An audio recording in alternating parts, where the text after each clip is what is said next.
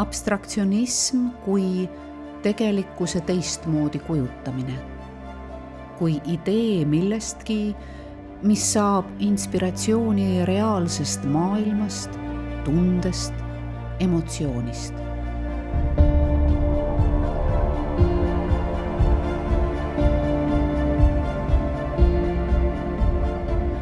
Abstraktsionism kui saladus, mis on loetav süvenedes.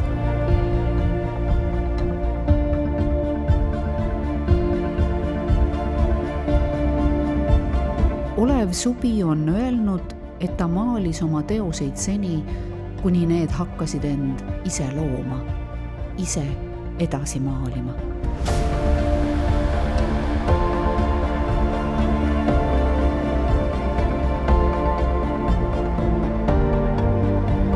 See teos pärineb just Olev Subi abstraktsest loominguperioodist.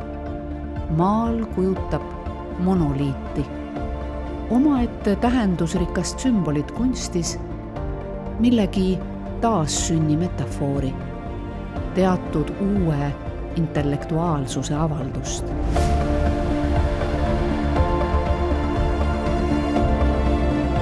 Monoliit pildi keskmes kui uue maailma kontseptsiooni kehastus, mille kohal kõrgub tinglik, jõuline, punaste ja roheliste kontrastidega mõtteruum.